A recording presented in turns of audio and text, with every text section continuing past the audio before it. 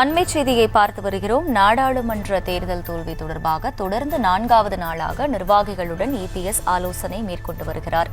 இன்றைய நாளில் சிதம்பரம் தொகுதிக்குட்பட்ட நிர்வாகிகளுடன் எடப்பாடி பழனிசாமி ஆலோசனை நடத்தி வருகிறார்.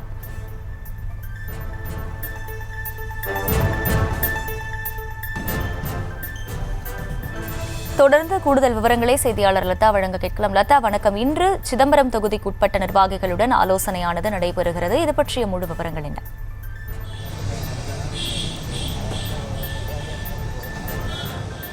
வணக்கம். நாடாளுமன்ற தேர்தல் தோல்விக்கான காரணங்கள் குறித்து 4வது நாளாக இன்று அதிமுக பொதுச் செயலாளர் எடப்பாடி பழனிசாமி நிர்வாகிகளோடு ஆலோசனை மேற்கொண்டு வருகிறார். நாடாளுமன்ற தொகுதி வாரியாக இந்த ஆய்வுக் கூட்டமானது நடைபெறக்கூடிய நிலையில் இன்று காலை பார்த்தோம்னா சிதம்பரம் நாடாளுமன்ற தொகுதிக்கு உட்பட்ட அந்த நிர்வாகிகளோடு ஆலோசனை மேற்கொண்டு வருகிறார். சிதம்பரம் தொகுதியில் அதிமுக வேட்பாளர் தோல்விக்கான காரணம் குறித்து இந்த ஆலோசனை கூட்டமானது நடைபெற்று வருகிறது.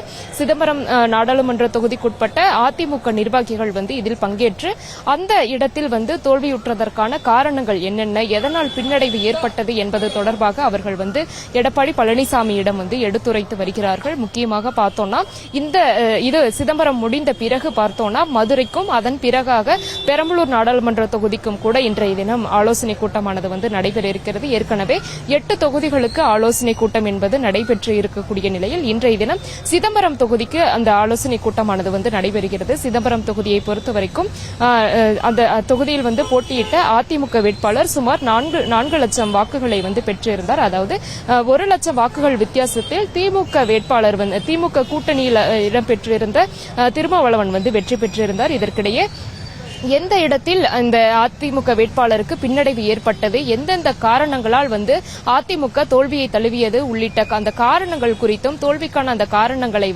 நிர்வாகிகள் கூறி வருகிறார்கள். எடப்பாடி பழனிசாமி முன்னிலையில் இந்த ஆலோசனை கூட்டமானது நடைபெற்று வரக்கூடிய நிலையில் அதிமுக அந்த சிதம்பரம் தொகுதியில் தோல்வியுற்றதற்கான காரணங்கள் குறித்த அந்த ஆலோசனை கூட்டமானது சற்று நேரத்திற்கு முன்பாக தொடங்கி நடைபெற்று வருகிறது.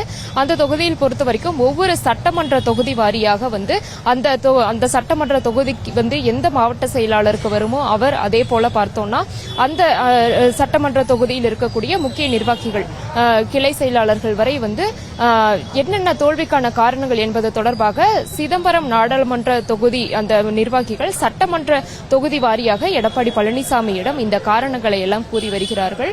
அதே போல பார்த்தோம்னா மூத்த நிர்வாகிகள் முன்னிலையில் இந்த ஆலோசனை கூட்டமானது நடைபெறுகிறது. நத்தம் விஸ்வநாதன், திண்டுக்கல் சீனிவாசன், வேலுமணி உள்ளிட்ட, அதே போல பார்த்தோம்னா கேபி முனுசாமி உள்ளிட்ட மூத்த நிர்வாகிகள் முன்னிலையில் இந்த ஆலோசனை கூட்டமானது நடைபெறுகிறது. இதற்கு பிறகாக சிதம்பரம் தொகுதி அந்த ஆலோசனை கூட்டம் நடந்ததுக்கு பிறகாக மதுரை, அதே போல மாலை நேரத்தில் பெரம்பலூர் தொகுதிக்கும் கூட இன்றைய தினம் ஆலோசனை கூட்டமானது நடைபெற இருக்கிறது.